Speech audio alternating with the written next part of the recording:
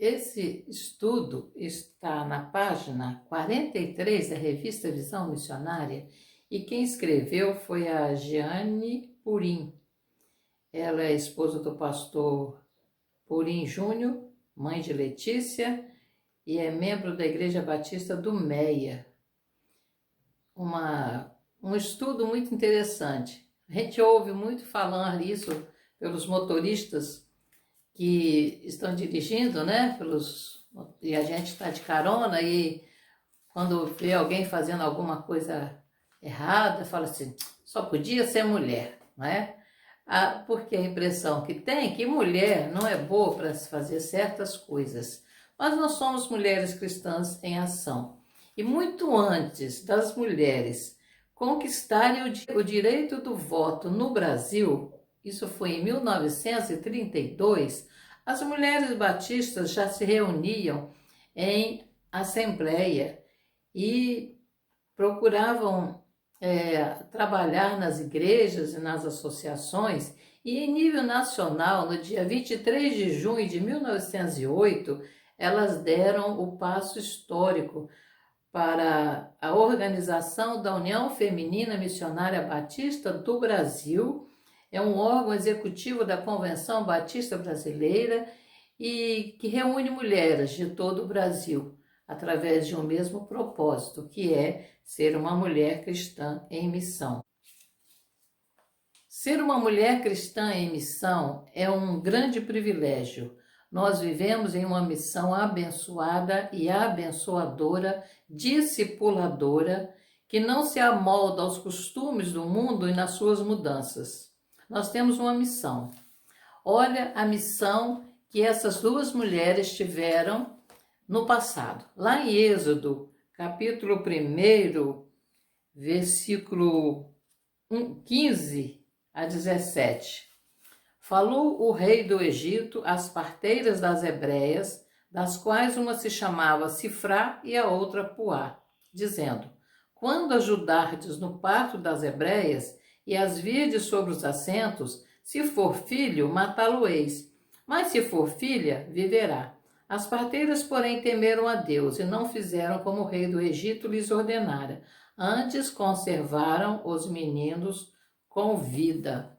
Olha que bênção, que maravilha. Duas mulheres que a gente quase não ouve falar o nome delas, não é? Quem já ouviu falar em Sifrá e Puá? Alguém já pregou alguma coisa sobre isso? Já fez um estudo sobre a vida dessas mulheres parteiras? Bom, para conter o avanço numérico do povo judeu lá na terra do Egito, o faraó ordenou que as parteiras, quando fosse atender as mulheres hebreias, que se fosse menino, elas deveriam matar, né? Literalmente. Mas se fosse menina, poderiam deixar viver, não é isso? Para conter o índice de crescimento. E o que essas mulheres fizeram? Elas desobedeceram a ordem de Faraó porque temiam a Deus, né? E Deus as abençoou, fez com que elas tivessem famílias e tivessem filhos. E entre esses meninos que elas pouparam, estava Moisés. Deus abençoou grandemente a atitude dessas mulheres, não é isso? Lá em 1 Reis, capítulo 5, também nós temos a história de uma menina. Não precisamos ler porque nós todos conhecemos a história dessa menina, né? Uma menina que poderia ser uma menina revoltada pela circunstância em que estava vivendo. Tinha tudo para ser revoltada, não é? Se fosse nos nossos dias de hoje, talvez entregassem-se às drogas, às outras coisas terríveis que andam por aí, não é? Mas essa menina conhecia o Deus de Eliseu, o profeta. Vejam bem, que mulher maravilhosa é essa mulher da rua 31, que morava lá no número 10 em diante, né? Por ali, não é isso? Ela era uma mulher especial, uma dona de casa, como todas nós, não é isso? Somos donas de casa. E ela é uma mulher virtuosa, uma mulher especial. Ela era uma dona de casa exemplar, Era uma empresária, uma sábia administradora, que antes mesmo que as suas empregadas acordassem, as suas tarefas já estavam designadas. E cuidava de tudo na sua casa. Impressionante, né? Que mulher especial era essa mulher da Rua 31. Nem nome a gente tem registrado aqui. E o que mais chama a nossa atenção é o versículo de número 30.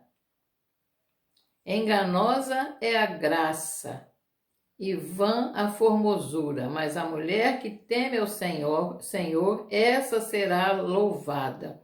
E no versículo 29 diz assim: muitas mulheres têm procedido virtuosamente, mas tu a todas sobrepujas. Vejam bem, quem é que falou isso, gente? Foi o marido dela. Que grande elogio, né? Que coisa maravilhosa recebemos um elogio desse jeito, né? Uma mulher virtuosa, uma dona de casa exemplar, elogiada pelo seu marido. Que coisa maravilhosa, né? Ser uma mulher assim, é uma raridade para o seu tempo, não é? Uma outra passagem que nos chama a atenção, ela está registrada em Mateus, em Marcos e em João. João capítulo 12, de 1 a 8, é o único evangelista que citou o nome da mulher. E essa mulher era Maria. Ela era irmã de Marta e Lázaro. Gente, nem sabe se ela foi convidada para participar do jantar na casa de Simão. Mas ela fez uma homenagem para lá de especial. Só podia ser uma mulher mesmo para pensar em tudo isso e fazer isso. Ter a coragem de comprar e fazer isso. Ela comprou um perfume caríssimo. Muito caro mesmo. Só mesmo sendo uma mulher para entender, né, o que se passava na vida dessas mulheres supracitadas. Só mesmo nós, mulheres que vivemos o dia a dia, sabemos como é difícil a nossa vida, sabemos como é difícil administrar a nossa casa, criar os filhos, trabalhar fora, cuidar de netos. Só nós sabemos como é a nossa dificuldade, não é? Mas Deus tem um propósito para a vida de cada uma de nós. Não sei o que Deus tem para mim, nem para você, mas sei que Deus tem um propósito para nós. Olha só, Cifrá, Puá, a menina escrava, a mulher da Rua 31 e Maria, e muitas outras mulheres, que não podemos citar todas, nos encorajam a reconhecermos o propósito que Deus tem para nós, mulheres cristãs em missão. Deus tem um propósito para cada um de nós. Passamos por essa pandemia e Deus nos sustentou. Cuidamos dos nossos filhos, perdemos familiares, perdemos entes queridos, perdemos irmãs, não é? Mas estamos firmes, aguardando um novo retorno, não é? Um novo começo, uma nova vida que nós vamos viver de agora para frente. Tem o antes da pandemia e o depois da pandemia. Nossos valores e caráter devem ser pautados em Deus, o nosso Senhor. Não nos deixemos levar pelas futilidades da vida, pelas mudanças, não é? Pelo descaso, por muitas outras coisas que vemos aí. Quantas coisas, né, acontecem e nós não podemos nos pautar por essas coisas.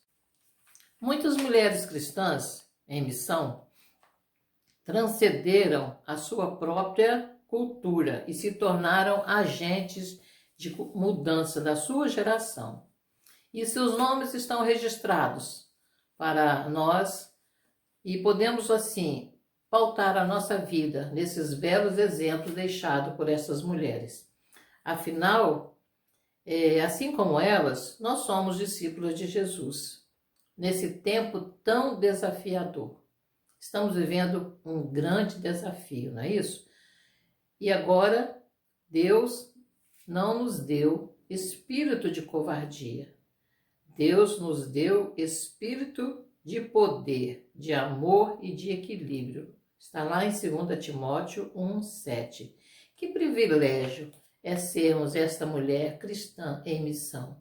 Aproveitemos as oportunidades que essa pandemia criou para nós e vamos assim continuar com o legado que essas mulheres deixaram para nós de criatividade, dinamismo e, sobretudo, dependência de Deus. Que Deus nos abençoe. Até o próximo estudo.